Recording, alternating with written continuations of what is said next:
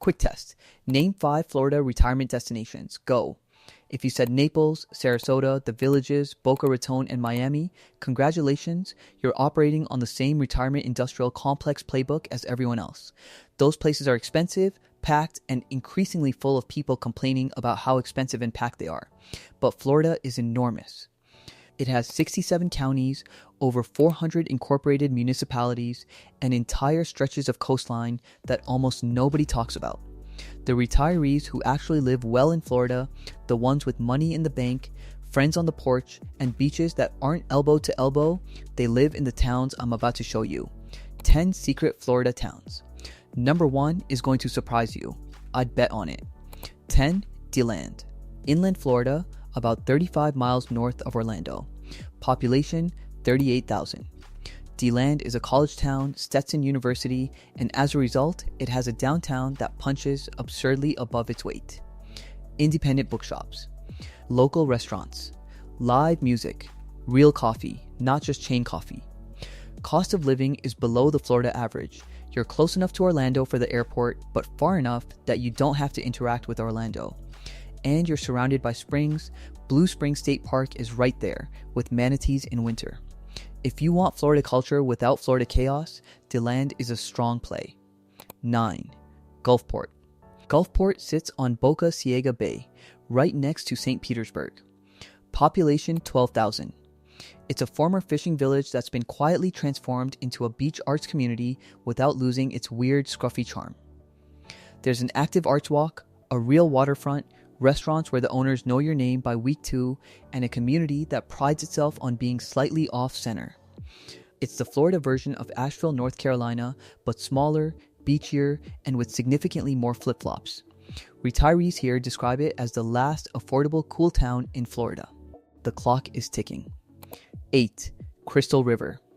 On Florida's Nature Coast, a stretch of Gulf Coast that has somehow stayed undeveloped, Crystal River is the only place in North America where you can legally swim with wild manatees. Population, 3,400.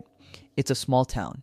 The natural springs keep the water at 72 degrees year-round, which is why hundreds of manatees gather here every winter. Beyond the manatees, the town has a charming downtown, low cost of living, and a slow pace that's increasingly hard to find in Florida.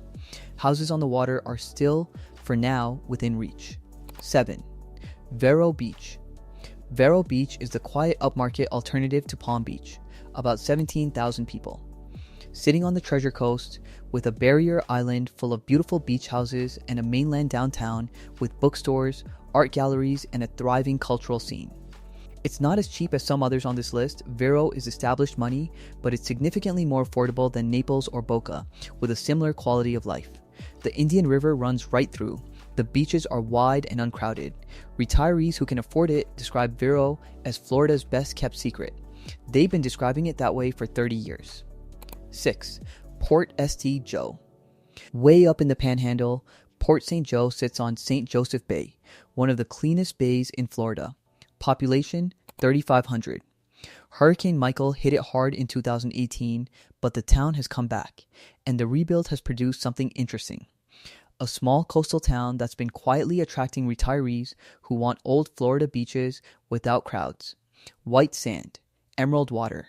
Scallop season in summer where locals literally wade into the bay and scoop dinner. Houses are reasonably priced for what you get. It's remote, that's a trade-off, but if you want a small town with a real community feel and an empty beach, Port St. Joe delivers. 5. Tarpon Springs. Tarpon Springs is the Greek capital of Florida, and yes, that's a real thing. In the early 1900s, Greek sponge divers settled here. Their descendants run the town. The downtown is full of Greek restaurants, Greek bakeries, Greek Orthodox churches, and one of the most authentic Greek communities outside of Greece. Population, 25,000. Sitting on the Anclote River, just off the Gulf. Mild climate, real culture, low cost of living, and gyros that will ruin all other gyros for you forever. Retirees here aren't just retiring, they're absorbing into a very specific cultural community, and that turns out to be a great thing for longevity. 4. New Smyrna Beach. On Florida's East Coast, between Daytona and Cocoa Beach, New Smyrna is one of the most underrated beach towns in the state. Population, 30,000. Beautiful wide beaches that, unlike Daytona, are mostly residential rather than tourist-packed. There's a charming historic downtown, a working artist community, and access to the Mosquito Lagoon, yes, that's the name, which is one of the best fishing spots on the East Coast. Costs are still reasonable, the vibe is laid back, the beach goes on forever. Why isn't this place more famous? Locals would rather it stay that way. 3. Macanopy, pronounced Micanopy. Inland Florida, just south of Gainesville. Population 600. 600. You read that right, it's tiny. And it's gorgeous. Macanopy is the oldest inland town in Florida, founded in 1821, and the entire town is on the National Register of Historic Places. Antique shops, Spanish moss draped over old oaks. A 2-block downtown that looks like a movie set, because it has been one. Doc Hollywood was filmed here. If you want a tiny, charming, walkable Florida town where the cost of living is dramatically below average and your neighbors are basically extended family, Macanopy is unbeatable. Just don't tell anyone. 2. Anna Maria. Anna Maria Island sits off the Gulf Coast near Bradenton. It's 7 miles long.